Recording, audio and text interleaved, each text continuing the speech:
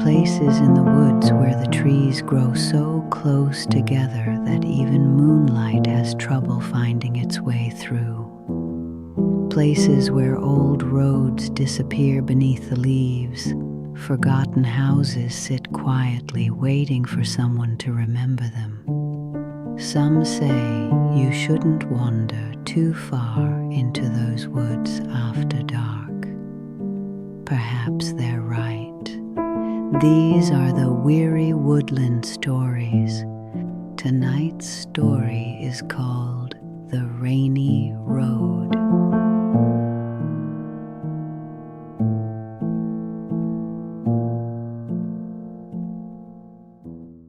There are roads that disappear from maps, not because they are secret, not because anyone wants to hide them. Sometimes they disappear because they aren't used anymore. A bridge collapses, a forest grows over the pavement, a county decides it isn't worth maintaining a road that leads nowhere. Eventually, the road becomes a line in an old record, then a faded memory, and finally, nothing at all. Elias Voss had spent most of his adult life finding those roads.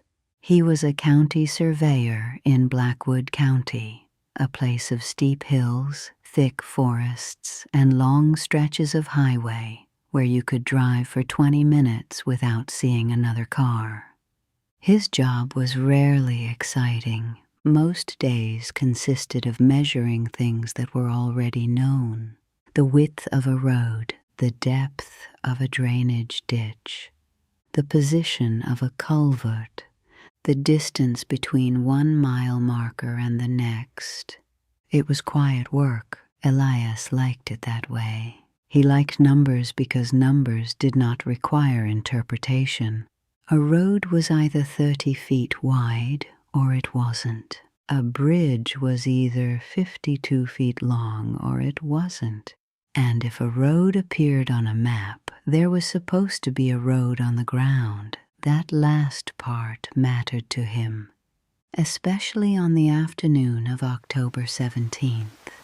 It had been raining since before sunrise, not heavily at first. Just a steady autumn rain that darkened the trees and turned the shoulders of the county roads into long ribbons of brown mud. By 3 in the afternoon, the rain had become heavier. Elias was driving along Morrow Road in a county pickup, checking for washouts. Morrow Road wasn't much of a road anymore. It had been paved decades earlier, but the pavement ended several miles into the forest. Beyond that point, it became gravel, then mud, then something that was barely recognizable as a road at all. There were no houses along the last several miles, no power lines, no street lights, just trees. Elias knew the road well. He had driven it dozens of times. He knew where the pavement broke apart. He knew where water collected after heavy rain. He knew about the old oak tree that leaned over the road near the creek. He even knew the place where a deer had once jumped through the passenger side window of a parked survey truck. That had been 7 years ago. The deer survived. The truck did not. Elias had kept the cracked side mirror as a reminder. He was passing the old oak when he noticed the road. At first, he thought it was a driveway, a narrow opening between the trees. He slowed down. There was no driveway on his map. He stopped the truck. The windshield wipers moved back and forth, back and forth. The forest beyond the windshield was gray with rain. Elias reached for the laminated county map resting beside him. He checked his position. Morrow Road, mile marker 11, creek crossing approximately 300 yards ahead. Nothing else. He looked back toward the opening. It was still there, a narrow dirt road disappearing between two walls of wet trees. Elias lowered the window. Rain immediately blew into the cab. He could smell the forest, wet leaves, mud, pine, and something else. Old wood. He couldn't explain why that smell bothered him. He shut the window and got out. The road was perhaps 12 feet wide enough for a truck. The mud looked fresh, but there were no recent tire tracks. Elias walked 20 yards down it. The rain sounded different there. He noticed that first.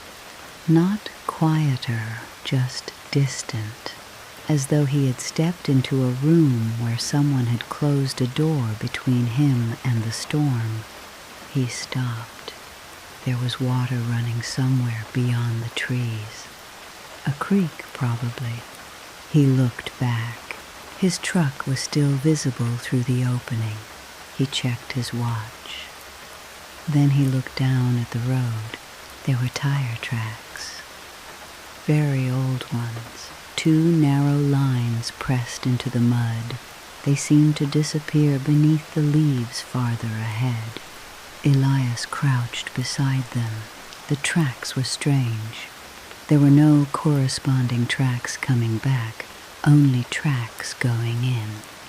He stood. For a moment he considered walking farther, then he decided against it. It was late. The rain was getting worse, and there was no reason to investigate a road that wasn't part of his assignment. He returned to the truck. Before leaving, he took one photograph, not because he thought it was strange, because he wanted to prove to himself that he hadn't imagined it. That evening, the photograph showed nothing unusual. Just trees, rain, a narrow opening in the forest, and, according to the timestamp on his camera, an empty patch of ground where the road should have been. Elias didn't notice that last part. Not yet. The following morning he returned. The road was gone.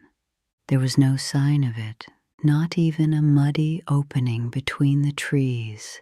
Just dense undergrowth. Elias stood there for several minutes in the cold morning air.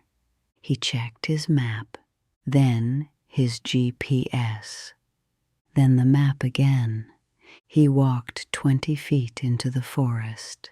Nothing. He returned to the truck. For the first time in years, Elias made a note in his survey book that wasn't required for work. He wrote, "Possible undocumented access road near Morrow Road, mile 11. Then, underneath it, investigate during next rainfall." He didn't think much about it after that. For several days, there was no rain. The weather turned cold. The sky stayed pale and clear. Elias worked on culverts, road shoulders, and a collapsed section of fencing near the northern boundary of the county. The strange road became something he occasionally remembered, like a dream, something that seemed important while you were having it, but less so once you were awake. Then, 5 days later, the rain came back. It began shortly after midnight. By morning, the county had issued a flood advisory. At 8, Elias called his supervisor and volunteered to inspect Morrow Road. His supervisor didn't ask why. He just said, "Take the 4-wheel drive." Elias did. The road appeared again. He saw it from 100 yards away. The same opening, the same trees, the same narrow strip of muddy road disappearing into the forest. This time, Elias drove onto it. He kept the truck slow. The road seemed older than he remembered. There were no potholes, no fallen branches, no signs of recent logging. The trees grew close on both sides, their wet branches touching the roof of the truck. After several minutes, the radio began to crackle. Elias turned the volume down. The GPS screen showed him moving in a large circle. He stopped. According to the GPS, he had traveled almost 3 miles. According to his odometer, he had traveled less than 1. Elias stared at the screen. Then he looked ahead. The road continued. He drove another 5 minutes. The forest opened, and there was a bridge. It was an old wooden bridge, perhaps 30 feet long, crossing a narrow creek. The creek below it was swollen from the rain. Elias parked. He stepped out. The bridge looked old enough to have been abandoned for decades, yet there wasn't a single broken board. He walked toward it. Halfway there, he saw the sign. It stood on 2 weathered posts beside the road. The wood was gray. The paint had almost completely disappeared. There was only one word left: Voss. Beneath it was a number. Elias stopped walking. For several seconds, he simply stared. He felt something he hadn't felt since childhood. The strange certainty that someone had called his name in an empty room. He approached the sign. He touched the wood. It was wet, cold, real. He looked across the bridge. There was nothing on the other side except forest. No house, no road, no reason for the sign to exist. He took a photograph, then another and another. On the 4th photograph, something appeared. A figure standing at the far end of the bridge.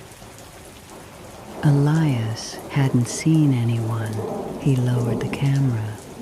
The bridge was empty. He looked at the photograph again. The figure was still there, too distant to identify. It appeared to be a man. Elias crossed the bridge. The figure was gone. On the other side, he found a second sign. This one had no words. Only 7 vertical marks carved into the wood. He ran his fingers over them. 1, 2, 3, 4, 5, 6, 7.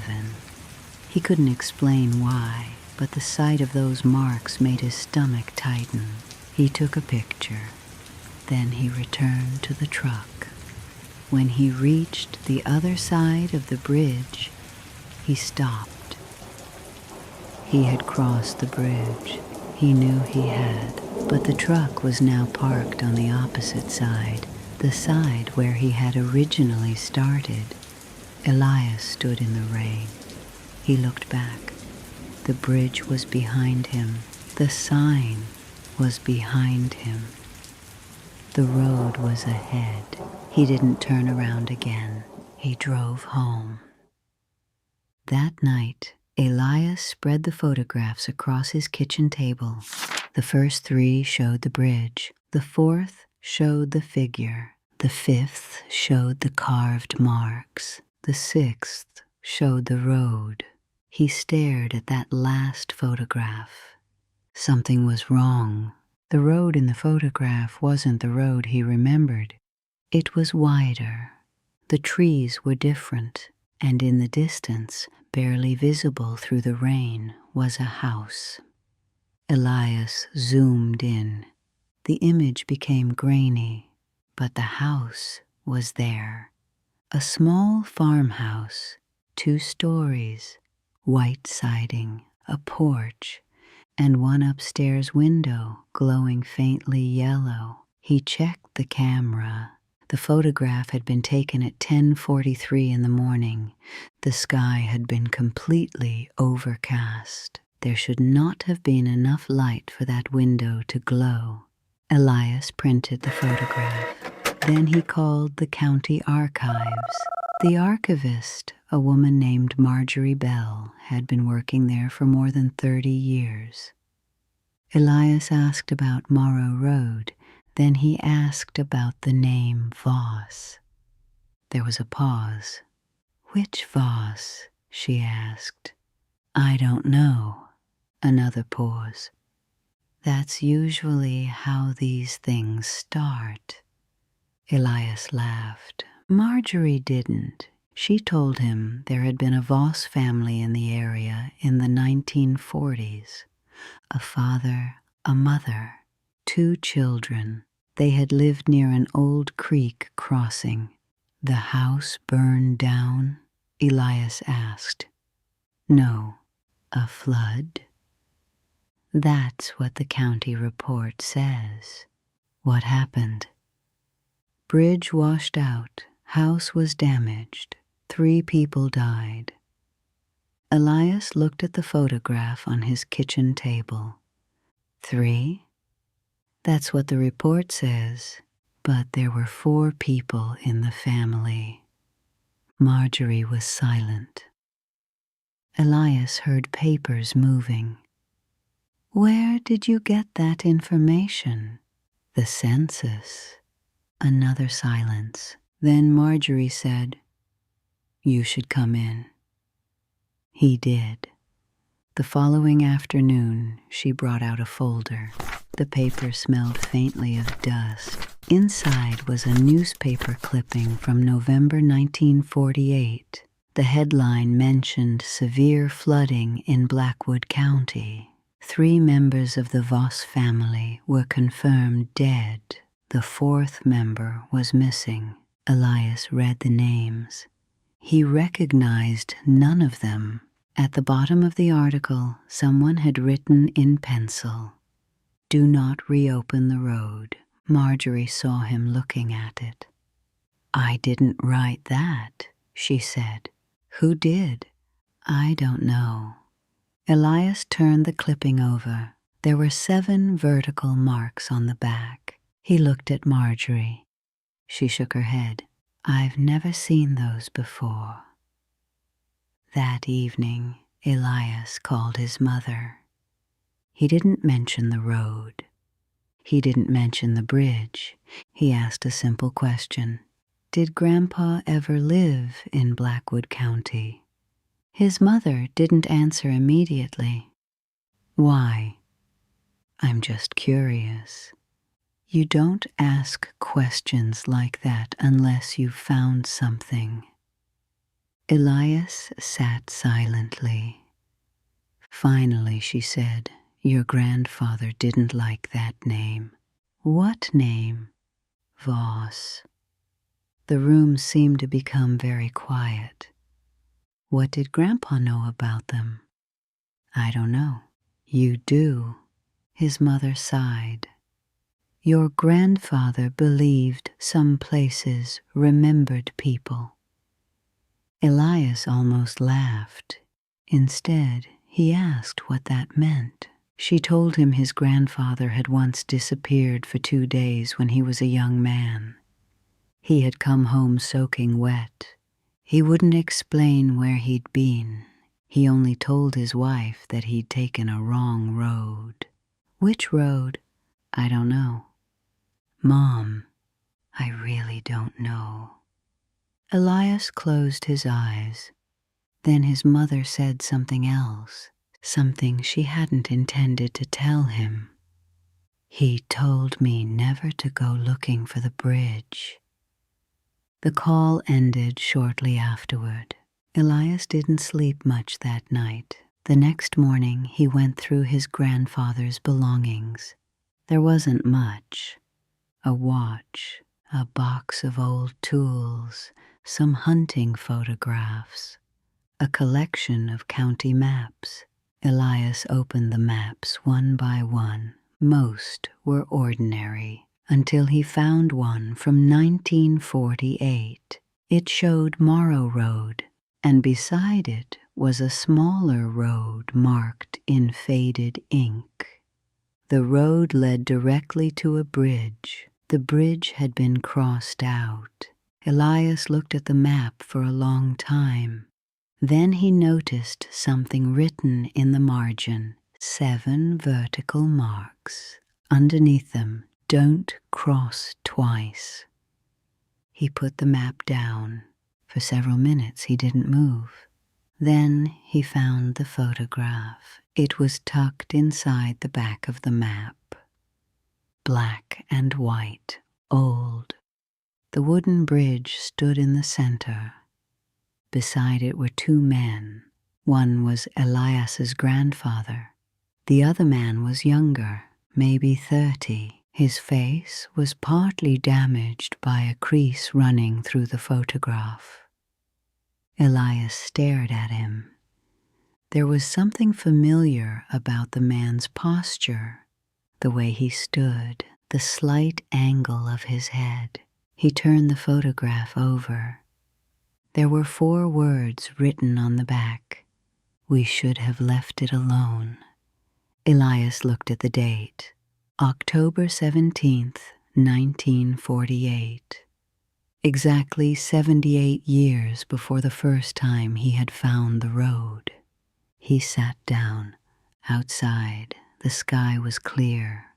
The forest beyond his window was completely still. And for the first time, Elias understood that the road hadn't simply appeared in front of him. Someone had been there before. For several minutes, Elias didn't move. He sat at the kitchen table with the photograph in his hands. Outside, the sky was clear. The forest beyond his window was completely still. And for the first time, Elias understood that the road hadn't simply appeared in front of him. Someone had been there before. Someone had known about it. And somehow, 78 years later, it had found him too. He looked at the photograph again. His grandfather stood beside the bridge, younger than Elias had ever known him. The other man stood beside him. Elias still couldn't explain why the man's posture seemed familiar. There was something about the way he held his shoulders, the way his head tilted slightly downward, the way one hand hung loosely at his side. It reminded Elias of himself, not enough to be frightening, not yet, just enough to be uncomfortable. He placed the photograph back inside the map. Then he closed the drawer. He told himself he was finished. He wouldn't investigate the road again. He wouldn't return to Morrow Road. He wouldn't ask his mother any more questions. And he certainly wouldn't go looking for a bridge that apparently had a 78-year history of making people disappear. For the next few days, Elias kept his promise. The rain stopped, the roads dried, and nothing happened. He went to work. He repaired a damaged survey marker near the northern edge of the county. He spent an afternoon measuring a washed-out shoulder. He bought groceries on Thursday evening and complained to himself about the price of coffee, normal things, comforting things, the sort of things that remind you the world is still behaving normally. Then, on Friday morning, Elias saw the road again. There was no rain. The sky was bright and cold. The trees were covered with the last yellow leaves of autumn. Elias was driving toward the county office when he passed the turnoff for Morrow Road. Something caught his eye. He looked toward the forest. The road was there just for a moment, a narrow dirt track between the trees. Elias slowed down. His hands tightened around the steering wheel. He looked again. The opening had disappeared. There was only forest. He continued driving. He didn't stop. But when he arrived at work, he found something on the floor of his truck. Mud. a small patch of dried brown mud beneath the passenger seat. Elias stared at it. He hadn't been off pavement that morning. He reached down and touched it. Something hard was buried inside. He pulled it free. It was a key, old-fashioned, small. The metal was dark with age. Stamped into the handle was a number. 12. Elias held it between his fingers. He knew, without knowing how, that the key belonged to the house in the photograph. He put it in his pocket. That was when he decided he was going back, not because he wanted to, because he needed to know. There is a difference between curiosity and the need to understand. Curiosity can be ignored. The other thing cannot. Rain began that evening. It came shortly after sunset, a soft tapping against the windows, then heavier, then harder still. By 10 o'clock, the trees were moving in the wind. Elias sat alone in his living room. The key was on the coffee table. He had been staring at it for almost an hour. Finally, he stood. He took his coat. He grabbed a flashlight, and he drove to Morrow Road. The forest looked different at night. The familiar trees became walls. The road disappeared beneath darkness. Rain moved through the headlights in silver streaks. Elias parked near mile marker 11. The road was waiting. He could see the opening between the trees. For a moment, he simply sat there. He thought about turning around. He almost did. Then he remembered the photograph. His grandfather, the unknown man, the bridge, October 17th, 1948. Elias stepped out of the truck. The rain touched his face. He walked toward the road. This time, he didn't bring his camera. He didn't bring any survey equipment. He didn't bring a map. There was no point. He only brought the key. The road seemed darker than before. He walked slowly. The trees crowded close around him. There was no sound except rain and the occasional movement of branches. After several minutes, he saw the bridge. It appeared exactly where he remembered it. Old wooden boards, dark railings, black water moving beneath it. Elias stopped at the edge. On the other side, beyond the bridge, he could see something that hadn't been there before. A faint yellow light, an upstairs window, the farmhouse. He took the key from his pocket. Then he crossed the bridge. The moment his foot touched the other side, the rain stopped. Not gradually, instantly. 1 second, there was rain. The next, silence. Elias turned around. The rain was still falling behind him. He could see it, a wall of silver between the trees, but the ground beneath his feet was dry. He looked toward the farmhouse. The yellow light was still glowing. There was a porch. A rusted swing moved gently in the wind. The front door stood open. Elias walked toward it. Every step felt strangely familiar. He passed a stone well, a dead apple tree, a wooden fence leaning toward the ground. None of these things had been visible from the road. Yet Elias knew where they were. He knew that the farmhouse would have a porch. He knew there would be a window on the left side. He knew there was a narrow path behind the house. The knowledge arrived before the sight of each thing. It was like remembering a dream while still inside it. Elias reached the porch. There was a chair beside the door. He stopped. Someone had been sitting there recently. The cushion was still depressed. He looked around. No one. Then he heard movement behind him. Elias turned. An elderly man stood at the edge of the yard. He was wearing a dark coat. His hair was white. His face was thin and deeply lined. Elias recognized him immediately, not from a photograph, from the porch. from somewhere he couldn't place. The old man looked at him. Neither spoke. Then the man raised one hand. He pointed toward the house. Elias looked at the open door. When he turned back, the man was gone. There was no sound of footsteps, no movement in the trees, just an empty yard. Elias entered the house. The smell hit him first. Dust, old wood, something faintly sweet, like dried flowers. The hallway was narrow. There were photographs hanging on the walls. Elias moved closer to one. A family, a father, a mother, 2 children.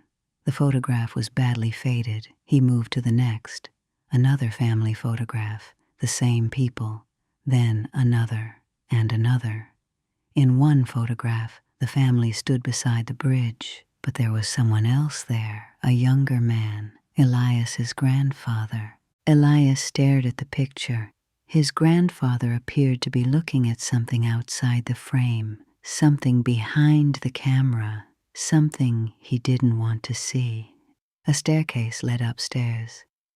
He didn't go up. Not yet. Instead, he entered the kitchen. The room looked untouched. There were dishes stacked beside the sink. A kettle sat on the stove. A wooden chair was pulled away from the table, and in the center of the table was a notebook. Elias stood over it. He didn't want to open it. He did anyway. The first pages were filled with handwriting. Some were dated, some weren't. Many of the entries were difficult to read. The ink had faded.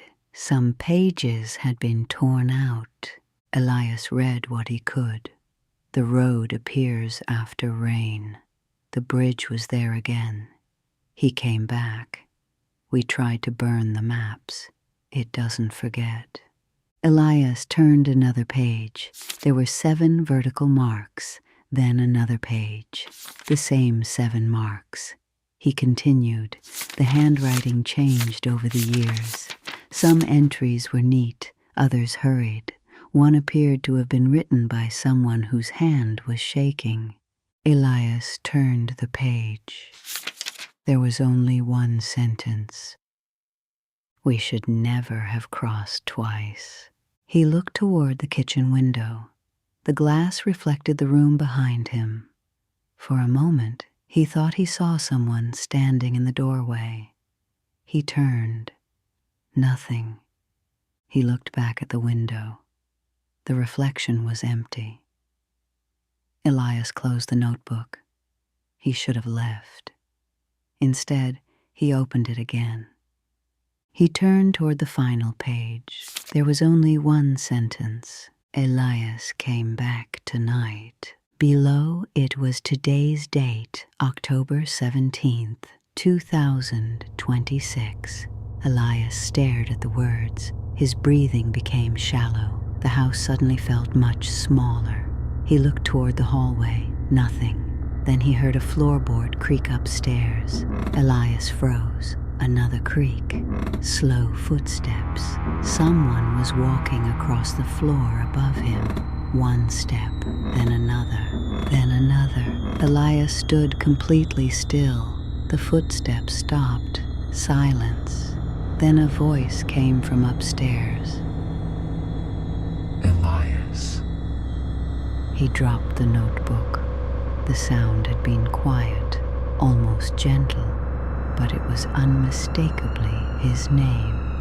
Elias backed toward the door. Elias. This time, the voice sounded closer. He didn't answer. He reached the porch. Then he ran, across the yard, toward the bridge. Behind him, the front door creaked open. Elias didn't look back. He reached the bridge. The rain was falling on the other side. He crossed. The moment he reached the middle, he heard footsteps behind him. Running, he kept going. He reached the road. He turned. The farmhouse was gone. There was only forest. Elias ran to the truck. He started the engine. The radio came alive. Static filled the cab. Then, beneath the static, he heard a voice. His own voice, very quiet. Don't crash twice. Elias slammed the truck into reverse. He looked toward the road. It was gone. There was only Morrow Road. Ordinary, muddy, empty. He drove home. He never told anyone what happened. Not his mother, not his supervisor, not the county archivist. He never mentioned the farmhouse. He never mentioned the notebook, and he never mentioned the voice. 3 months later, Elias resigned from the county survey office. He moved away from Blackwood County. He told people he wanted a change. He said he was tired of field work. Nobody questioned him. For a while, he believed it was over. Years passed. The memory became something distant, something he occasionally questioned. Maybe the photograph had been altered. Maybe the old records had been misunderstood. Maybe exhaustion and rain had done strange things to his perception. Maybe the farmhouse had been an abandoned property that somehow survived beneath decades of forest. There were explanations. There were always explanations. Then, one winter afternoon, Elias received a package. There was no return address. Inside was a photograph, black and white, old. The wooden bridge stood in the center. Elias's grandfather stood beside it. The other man stood beside him. Elias recognized him. The photograph was dated October 17th, 1948. Elias turned it over. There was writing on the back. We should have left it alone. He sat down. For several minutes, he simply stared at the photograph. Then he noticed something. A figure stood behind the bridge, half hidden among the trees. A man wearing a dark coat, watching the camera. Elias leaned closer. The face was difficult to see, but he knew it. It was the old man from the farmhouse, his older self. Elias looked at the date again, October 17th, 1948, the day his grandfather had supposedly disappeared, the day the Voss family had supposedly died, the day Elias had supposedly not yet been born. He put the photograph down. Outside, rain began tapping softly against the window. For a moment, Elias didn't move. Then he heard something from the street, a car passing slowly through the rain. He looked toward the window. Nothing unusual, just headlights moving across the wall. He waited until they disappeared. Then he noticed something on the floor. A small puddle of muddy water. Beside it was a line of wet footprints. They began at the front door and ended beside the photograph. Elias stared at them. There were 7 footprints, only 7. He never discovered where they came from, and he never found out what happened to the 4th member of the Voss family. The county records still list 3 deaths. The 4th person is still listed as missing. Morrow Road still exists. The bridge does not, at least not according to any map.